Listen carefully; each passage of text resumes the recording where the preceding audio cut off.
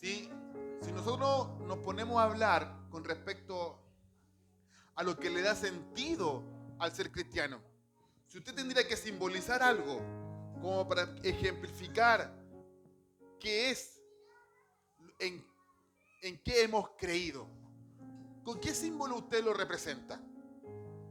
¿Con la Biblia? Si había algún símbolo que pueda representar o encajar lo que hizo Cristo por nosotros. La cruz. Lo que le da sentido al Evangelio no es la teología, no es la erudición, es la cruz. Y yo quiero compartir con ustedes un texto de la Biblia en el precioso libro de Gálatas capítulo 6, verso 14. Pero lejos esté de gloriarme, sino en la cruz de nuestro Señor Jesucristo, porque en el mundo, porque, porque quien el mundo no es crucificado a mí y yo al mundo.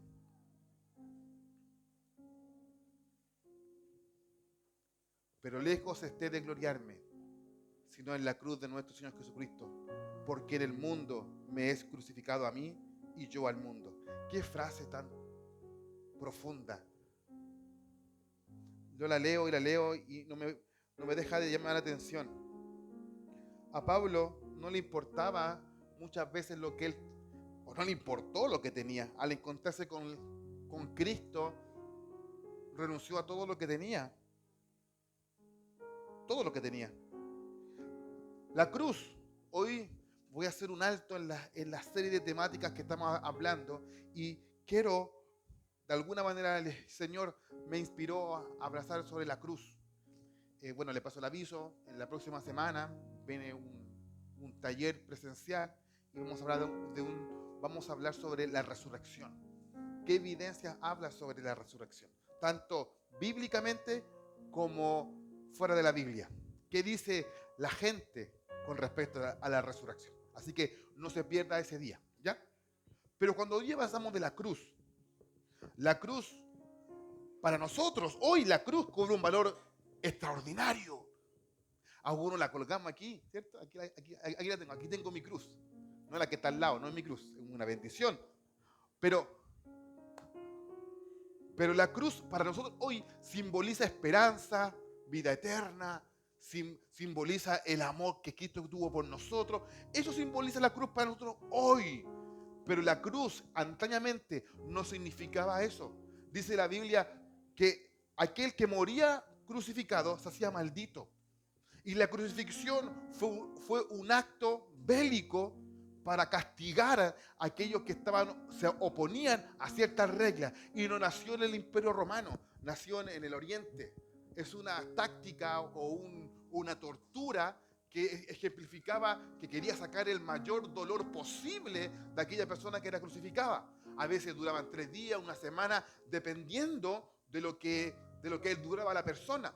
Crucificado de pies y manos, se desangraban y el peso de su cuerpo cada vez lo hacía disminuir hasta que la persona partía.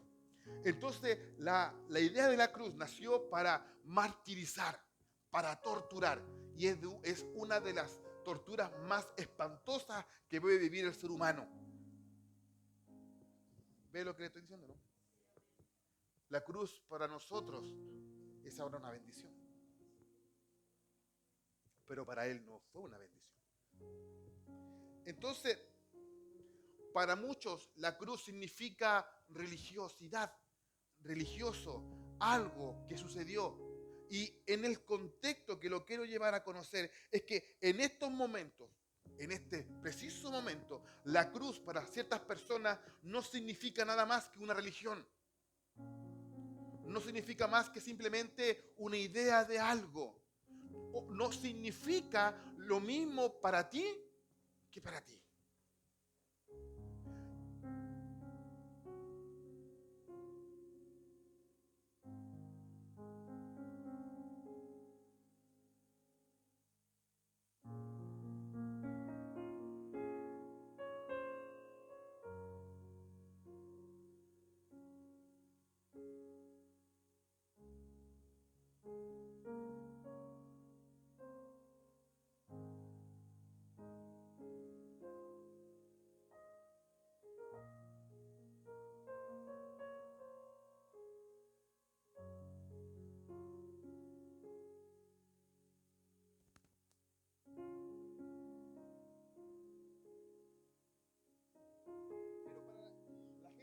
en la iglesia, la cruz no significa lo mismo. Para usted, hermana Daniela, no significa lo mismo que para la Selma. Bueno, ¿por qué? ¿Por qué no significa lo mismo? Un poquito más. ¿Por qué no significa lo mismo? Porque al relacionarnos con el Señor, al tener una vida íntima con Dios, cada uno recibe su parte. La cruz significa que nos igualó a todos. Todos al mirar la cruz somos salvos. Pero de ahí a crecer en el conocimiento del Hijo del Hombre, del Hijo de Dios, va a depender de cada uno. Entonces la cruz no significa para todos lo mismo. Porque para mí significa diferente. Porque para mí significa sacrificio, redención, vida eterna, compromiso. Para otras personas pueden significar quizás la paz que no tenía, la esperanza. Y hoy la cruz para algunos de nosotros significa otra cosa. Y por eso Pablo dice, lejos esté de gloriarme yo. Si hay algo de gloriarme, es la cruz de Cristo. En ese sacrificio perfecto que lo hizo por mí. Y nótese, lo hizo una vez y para siempre. No es que va a repetir el sacrificio cada vez que pasa una generación. Lo hizo una vez y para siempre por nosotros. Y para las generaciones que vienen después de nosotros. Por eso la cruz ahora los unifica. ¿Qué significa tanto para ti como para mí? Significa esperanza, significa Cristo, significa que yo fui salvo a través de Él. Y saben, nosotros cometimos un delito. Todos pensamos que los fariseos, los saduceos, ese concepto religioso del Antiguo Testamento o del Nuevo Testamento lo llevó a la cruz. Pero ellos no lo llevaron a la cruz. Ellos solamente fueron el artífice para llegar a Cristo de la cruz. Si todos nosotros crucificamos a Cristo, tú, yo, lo crucificamos. Porque Él recibió el castigo por nosotros. Él recibió lo que nosotros merecíamos. Por eso el texto de Isaías 50 dice, el precio de nuestra paz recayó sobre Él. Para que tú tengas paz hoy, alguien pagó un precio. Para que tú seas salva hoy, alguien pagó un precio. Para que tú seas redimida, alguien pagó un precio. Por eso, lejos esté yo de gloriarme en algo. Es como el texto de Jeremías 19 cuando dice, el que he de alabarse, ¿en qué? El hombre, en entenderme y conocerme que yo soy el Señor y que hago misericordia a quien yo quiero. La Biblia dice en el libro de Job que Él se acuerda que nosotros somos polvo y no nos paga conforme a nuestra maldad, sino que se acuerda que no somos nada. Entonces, ¿de qué yo me he de gloriarme? ¿En qué yo me voy a autosatisfacerme? ¿En lo que yo tengo? ¿En mis capacidades académicas? ¿En mis habilidades manuales? ¿En mi elocuencia? ¿En qué yo he de gloriarme? ¿Cómo algo o cómo alguien podría gloriarse de algo que fue tan cruel? ¿Por qué le relato esto? Porque vamos a entrar a un periodo de vacaciones, de festividades, y los canutitos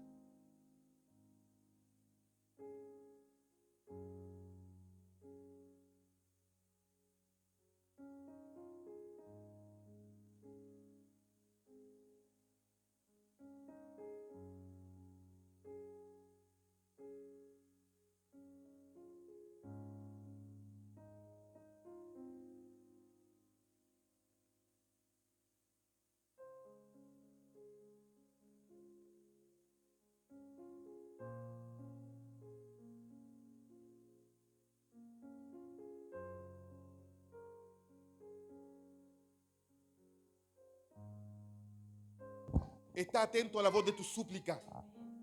Entonces nosotros, ¿en qué lo podemos gloriar? ¿En qué nosotros nos podemos aferrar? ¿Perdón? Pero para conocerlo a Él, debemos entender primero qué hizo por mí. Y caminar por esa línea. Yo he dicho que en teología hay un dato que se llama el salto de fe. Porque la razón, la teología te ayuda a entender a ti, a razonar tu fe, a decir, perfecto, Él hizo esto por mí, lo encajo, lo entiendo, lo comprendo.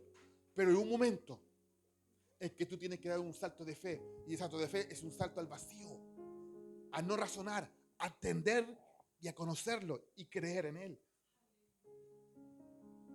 Llega un momento en que tú no tienes que entenderlo, tú tienes que creer en Él. ¿Por qué? Porque tú estás aquí y lo que hizo la cruz hace más de 2000 años, ¿por qué la sigues creyendo?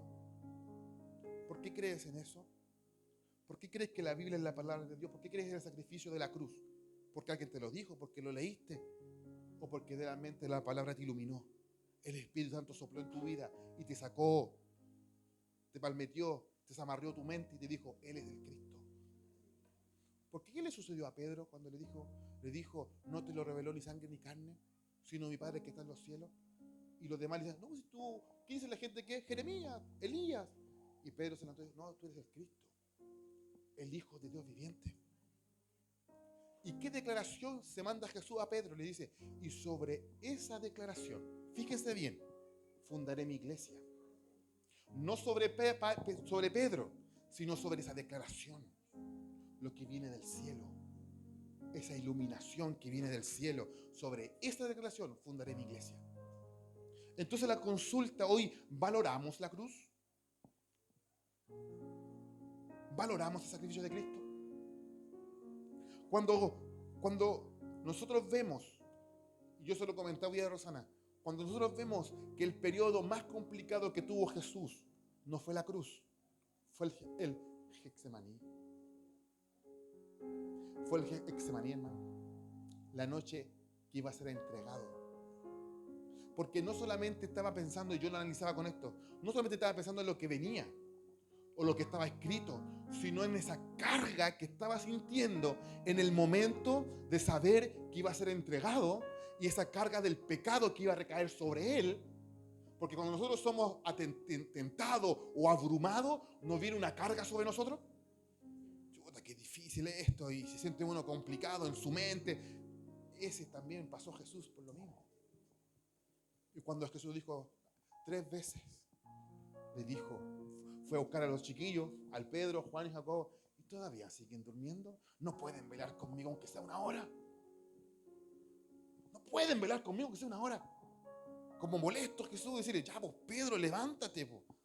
Porque él estaba traspasando su frustración también a ellos. ¿Cómo no pueden orar conmigo? Necesito su ayuda. 3 veces. Y al último ya, chiquillos, vamos, el que me viene a entregar, ahí está. Y es por eso que el relato de la Biblia dice que sudó gotas de sangre porque estaba bajo mucha presión. Bajo mucha presión. Porque se le venía la cruz. La carga de soportar el pecado, no solo de algunos, sino de todos. Los tuyos y los míos.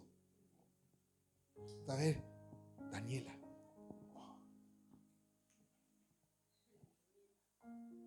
Y cuando Jesús venció, no fue cuando dijo consumado es. Ahí se entregó. Cuando dijo, chiquillos, levántense.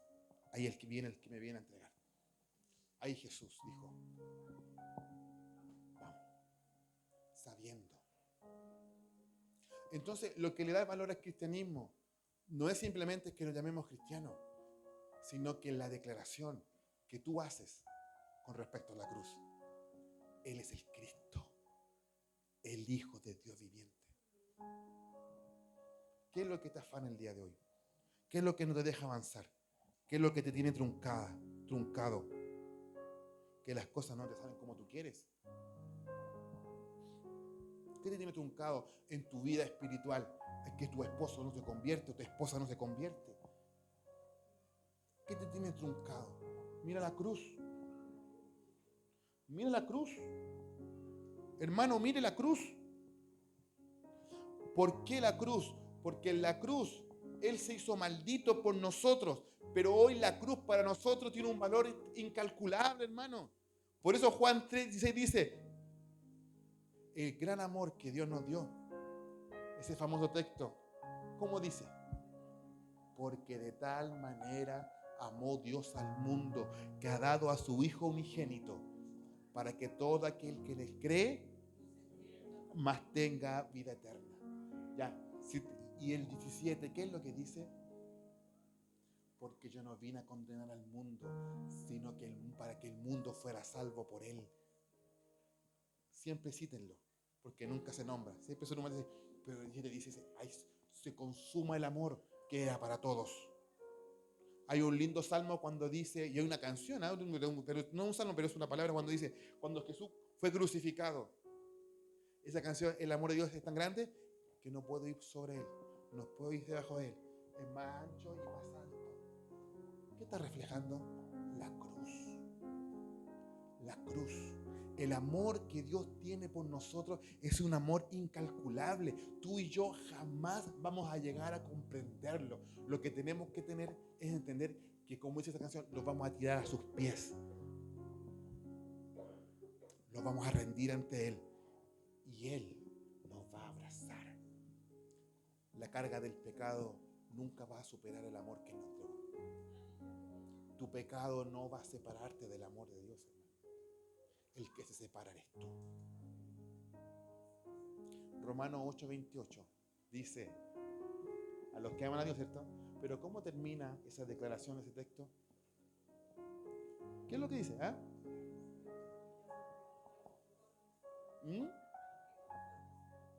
No, yo estoy hablando de la declaración cuando termina todo el verso completito. ¿Quién nos separará del amor de Cristo? ¿Qué es lo que te separa a ti del amor de Cristo? Solamente lo que tú no quieres dejar, lo que tú no quieres abandonar, lo que yo no quiero dejar, el miedo, la circunstancia, el que no lo voy a controlar todo, el que yo no voy a ser capaz de tener esa capacidad de decir hasta aquí, o yo saco de aquí para meter para allá, la bicicleta por aquí. Yo he reflexionado sobre muchas cosas durante todos estos días, pero como dije al inicio, la palabra de Dios cobra valor en la vida del hombre cuando el hombre y la mujer la comprende, la entiende y cobra espíritu sobre ti y cobra la voluntad de hacer lo correcto. Pero eso tiene que venir acompañado con su espíritu, porque si no, no tiene valor. Si tú buscas a Dios simplemente porque te suple la necesidad, estás raspando la superficie o te estás tomando la espuma de la Coca-Cola.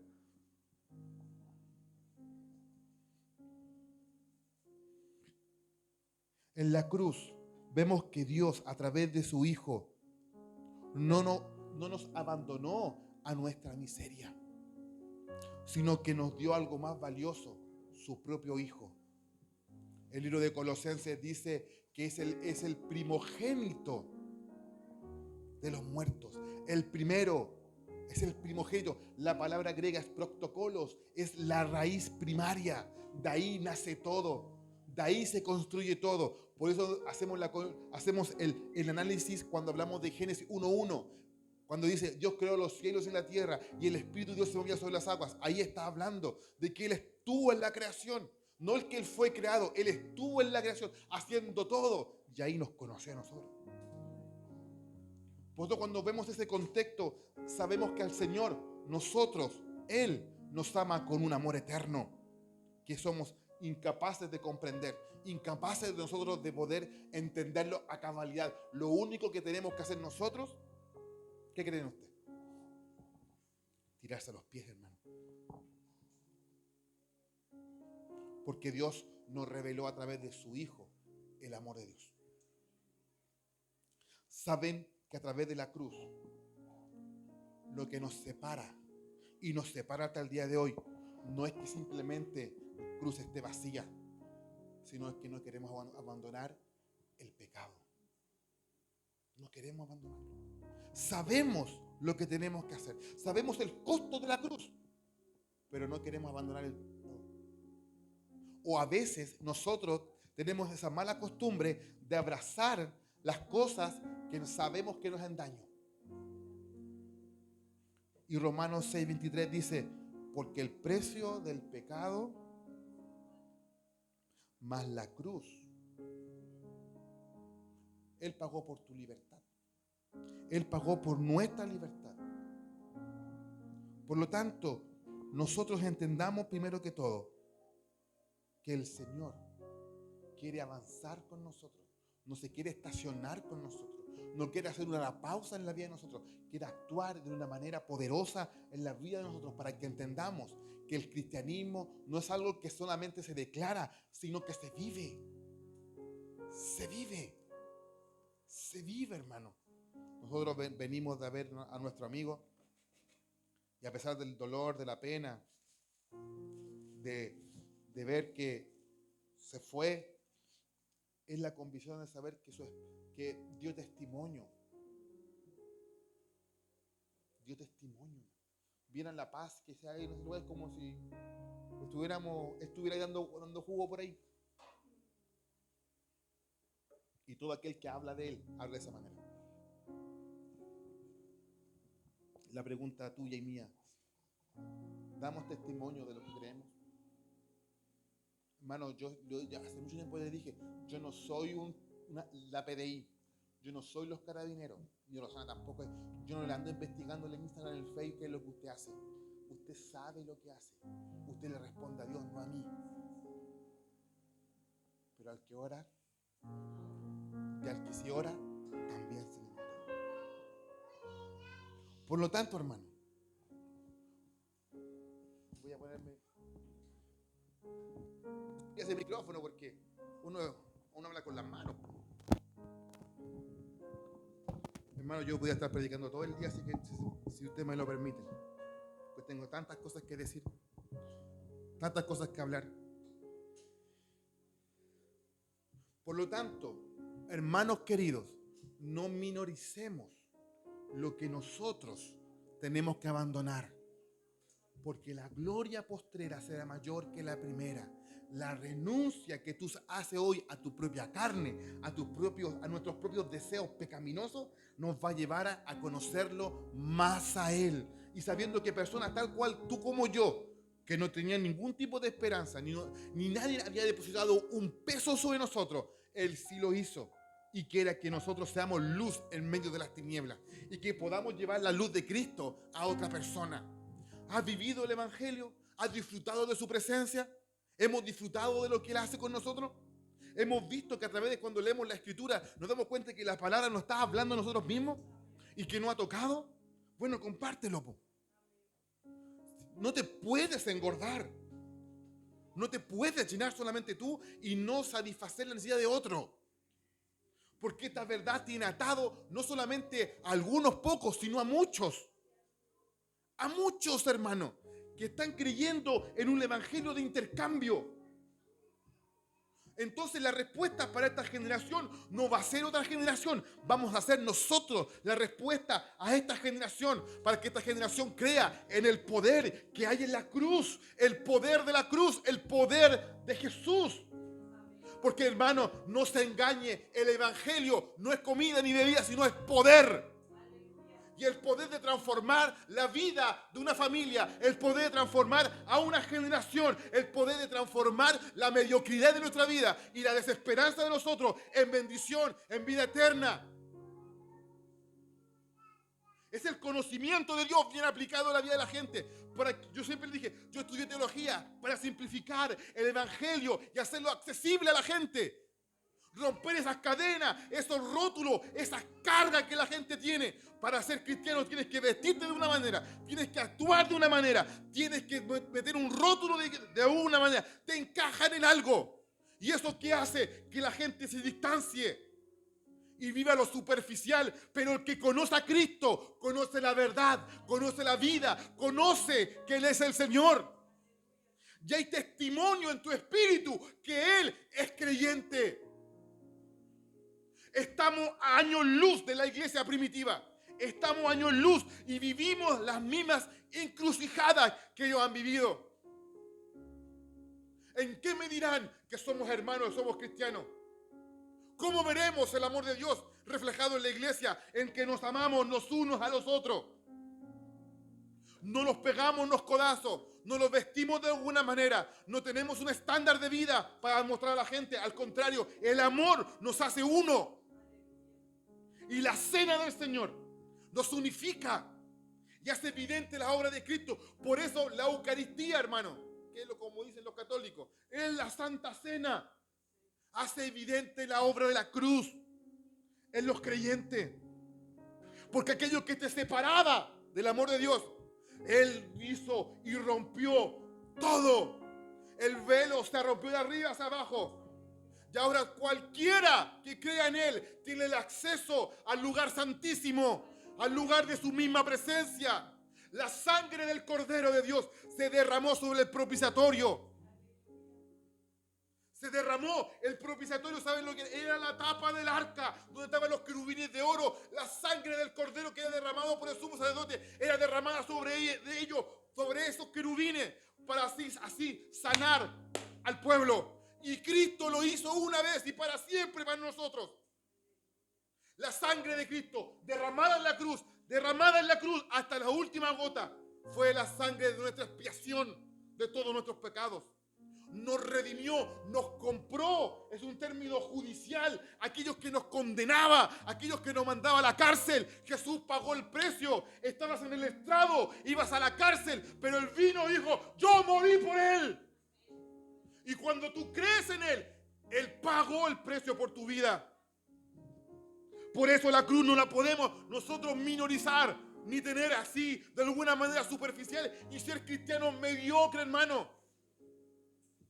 Ser cristiano de alguna manera católica, o hablo católica universal, o ser cristianos parejos, hermano. Se tiene que ver la diferencia entre un cristiano y un no cristiano. No, ya es mundano, porque también somos de aquí en mundo, no somos de Marte. Entre un cristiano que ora y un cristiano que no ora, de un cristiano que ha nacido de nuevo y uno que no ha nacido de nuevo. Hay diferencias. Hay diferencias. Porque cuando el Señor hace nacer en tu corazón de nuevo tu vida, te regenera, te santifica. El Señor te promueve, hermano, te bendice. Porque partimos haciendo las cosas bien. Buscamos su reino, su gloria, su presencia, y luego viene todo añadido. Pero ¿qué es lo que hace la gente o la iglesia falsa, ya que estamos aquí en este tema? Te hace la cosa, bendice, pónete, paga. Me parece una aberración, hermano, que además de pagar el diezmo en su iglesia, porque digo pagar, además de eso tienen que aportar con todo lo demás. Eso es una carga.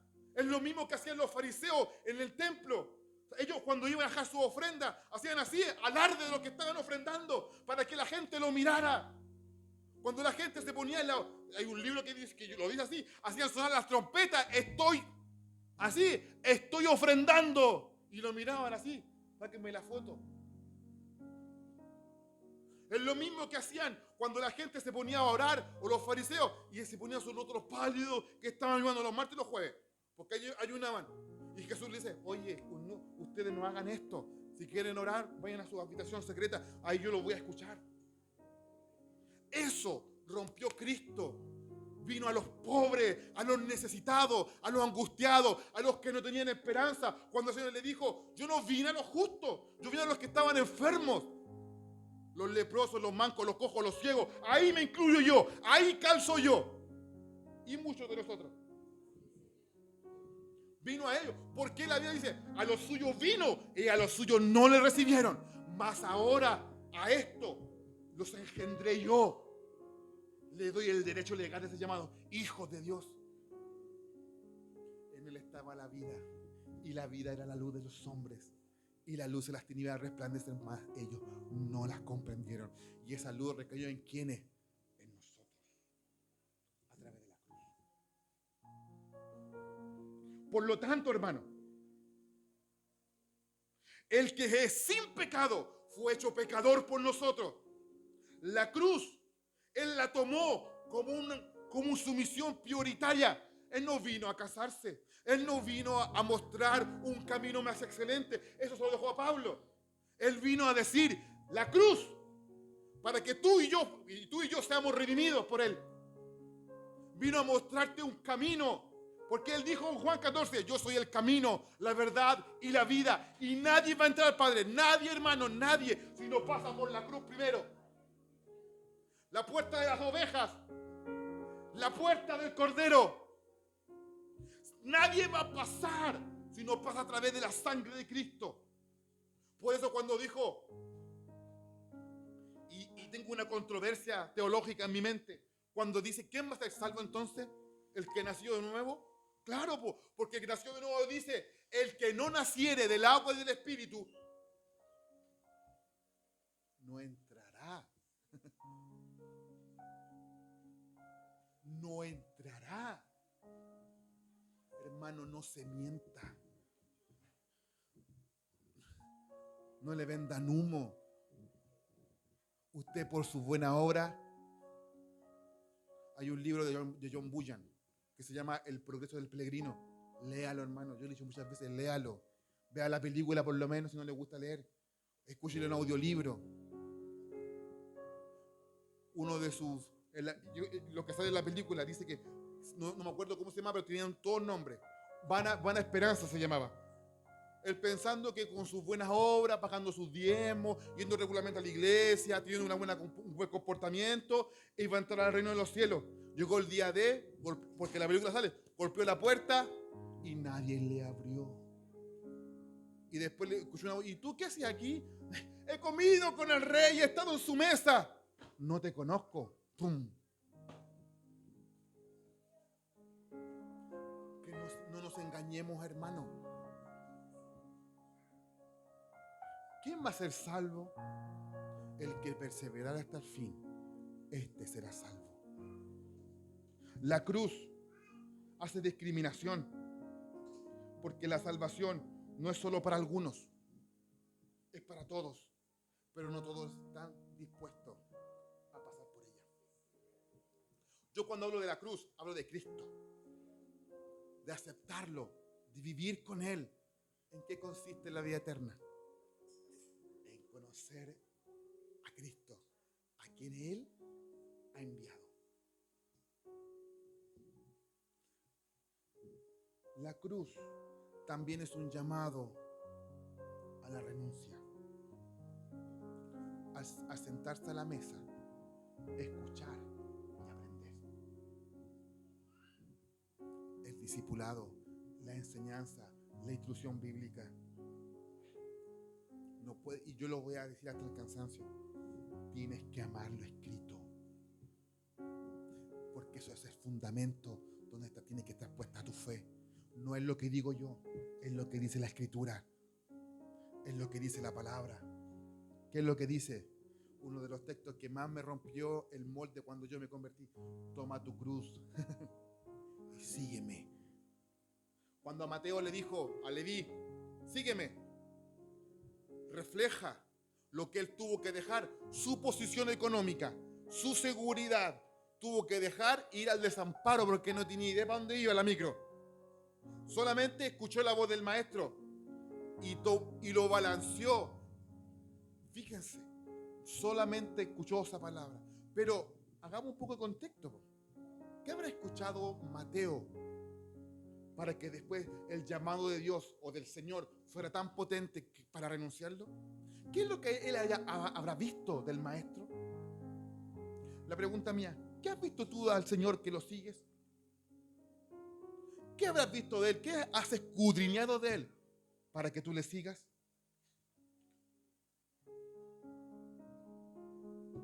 La cruz no es un collar o un símbolo vacío. La cruz es un estilo de vida. ¿Qué has visto?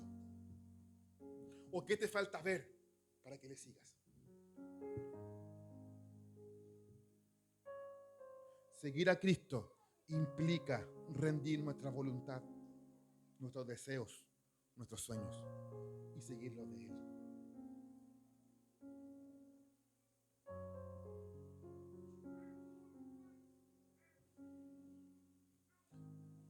La cruz también es señal de nuestra victoria, porque Él triunfó sobre el pecado, sobre el diablo y sobre la muerte. Cuando falleció el pastor de nosotros, yo le dije, porque hay un texto en Corintios que dice, ¿dónde está, oh sepulcro, tu victoria? Y la Biblia habla de este tema, que los que realmente mueren en Cristo solamente duermen.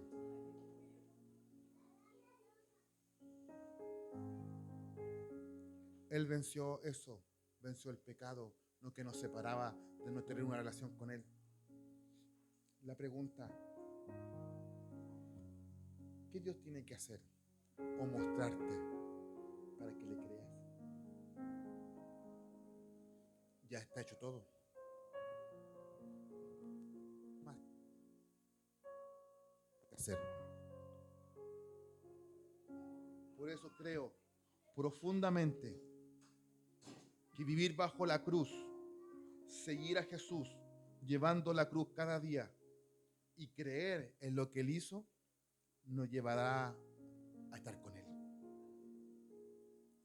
Y en este tiempo, en esta vida, conocer que Él es bueno.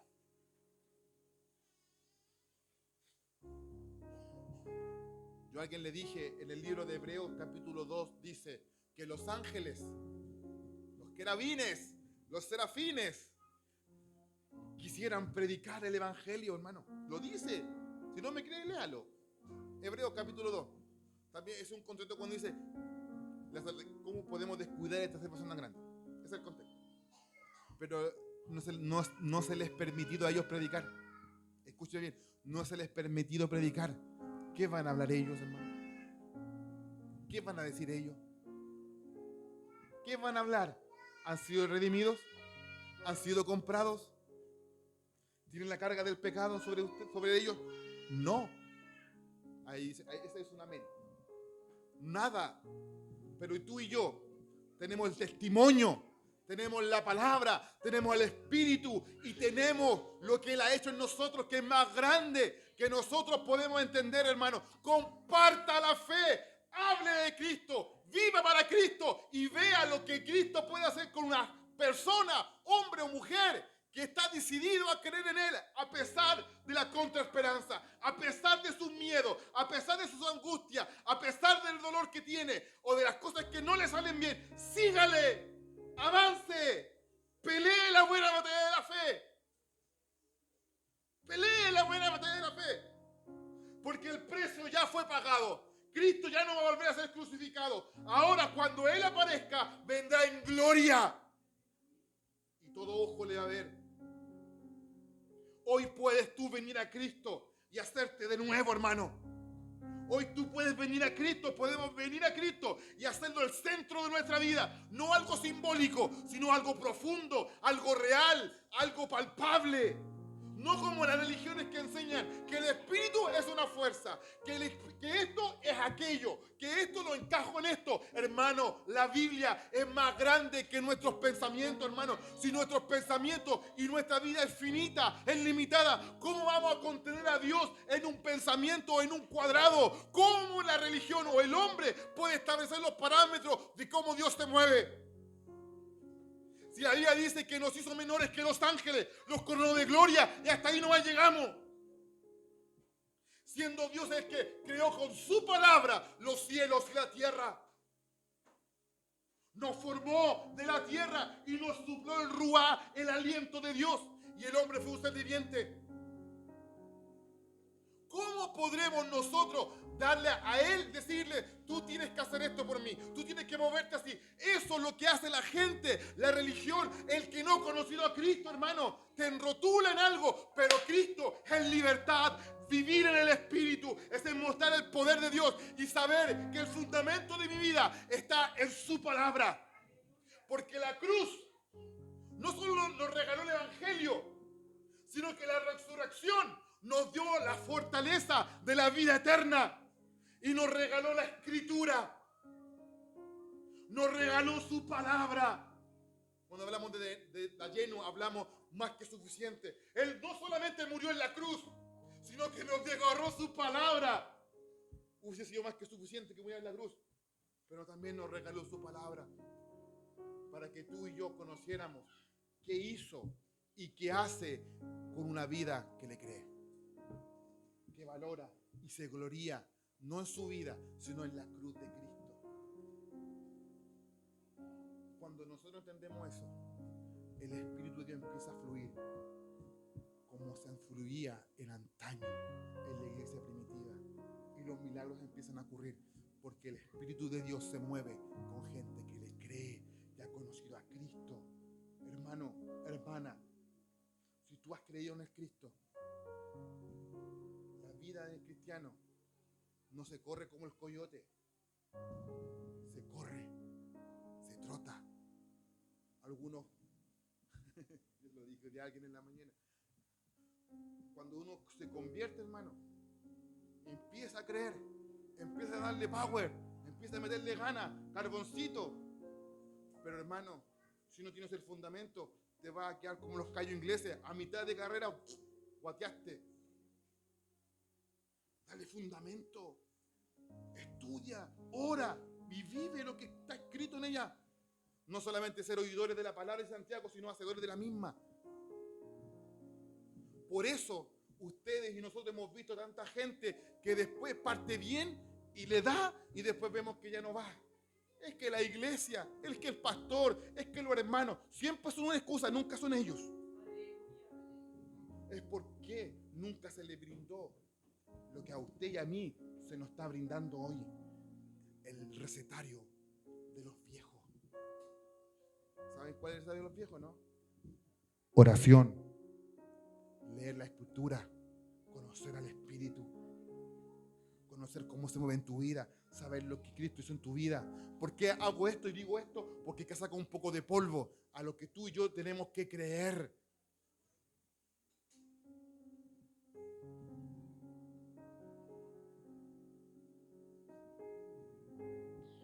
Usted no puede seguir viviendo con la culpa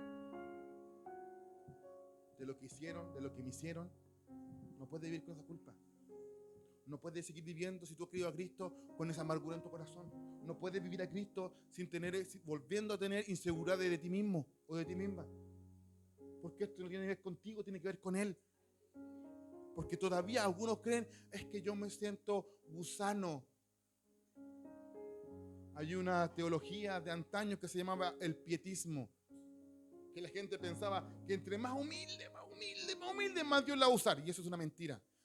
Algunos decían, yo quiero ser el gusano que estuvo aquí en la llaga de Cristo, y yo soy el más insignificante. Creen que entre más humilde la demostración, más Dios lo va a usar, y estaban totalmente errados.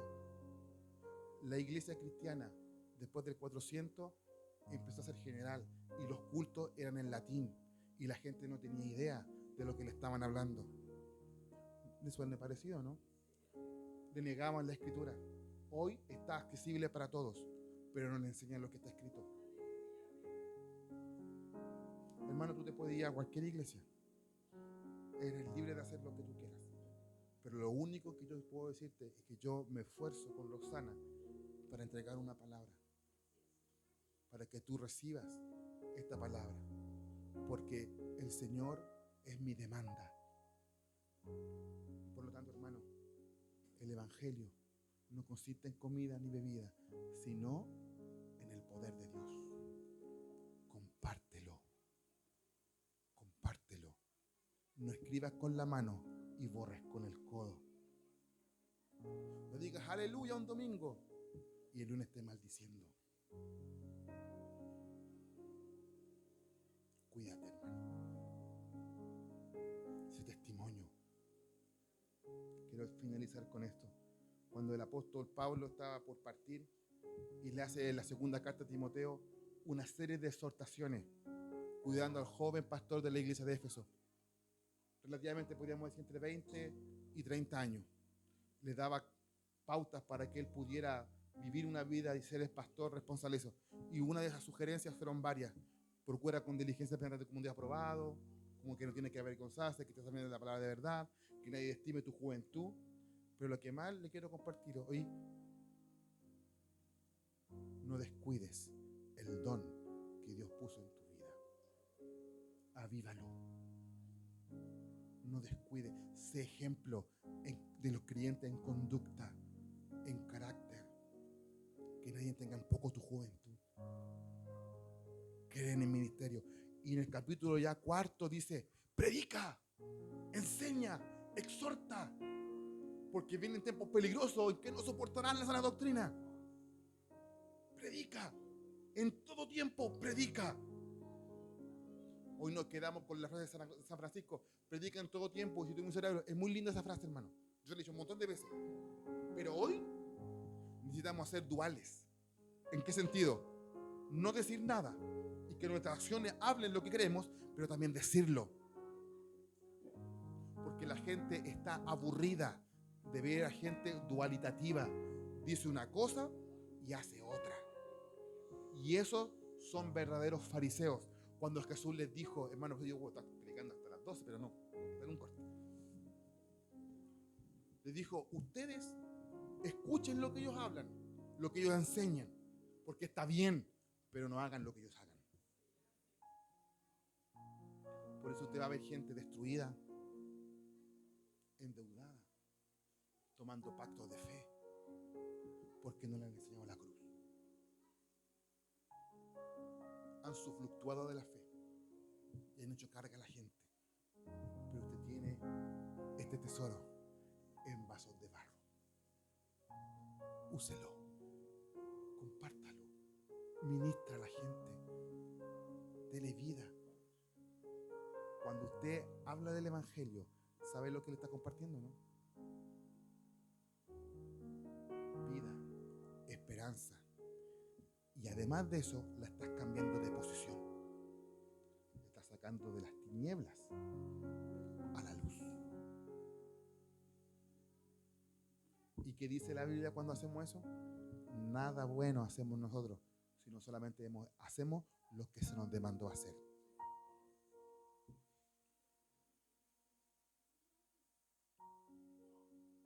¿Qué va a hacer usted ahora? No se empieza a cuestionar, es que yo soy un miserable. Si usted ha nacido de nuevo, crea en el poder de la cruz. Crea en ese poder. Es imposible que usted pierda si tiene a Cristo de su lado. Tiene el cinto del ganador. Es imposible que pierda.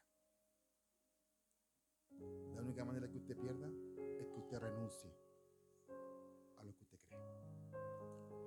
O no crea a lo que se está diciendo. Como dijo el apóstol Pablo, muchas cosas tengo que decirle. Pero, hermano, estamos en un proyecto de iglesia. Y hoy sí termino con esto, sinceramente. Y necesitamos gente con compromiso. Gente que entienda el valor de la cruz. Y que crea en el mensaje de salvación.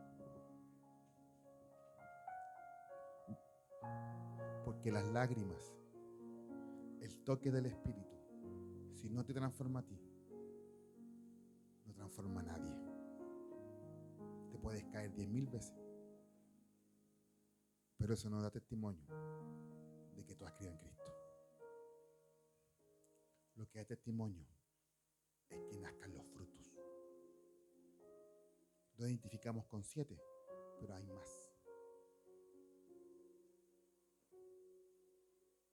Hermano, y antes de los dones están los frutos. Para que para que trabajes en función de los frutos, puedas manejar el don. Para que no hieras, para que construyas, para que edifiquemos el reino de los cielos aquí. ¿Se entiende? Porque estamos viendo una camada de gente que se mueve a través de los dones, pero que no tiene frutos. Por eso vemos gente dañada, agobiada, que se mueve a través del don, pero no tiene frutos. Estamos en tiempos que no sufrirán las sanas doctrinas. Y la Biblia dice, y oirán doctrinas de demonios, porque no han creído en la cruz. Han comprado un falso evangelio. Póngase de pie.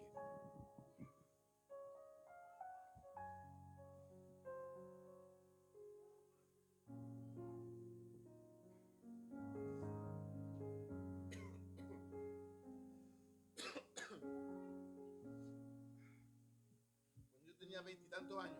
Báilalo.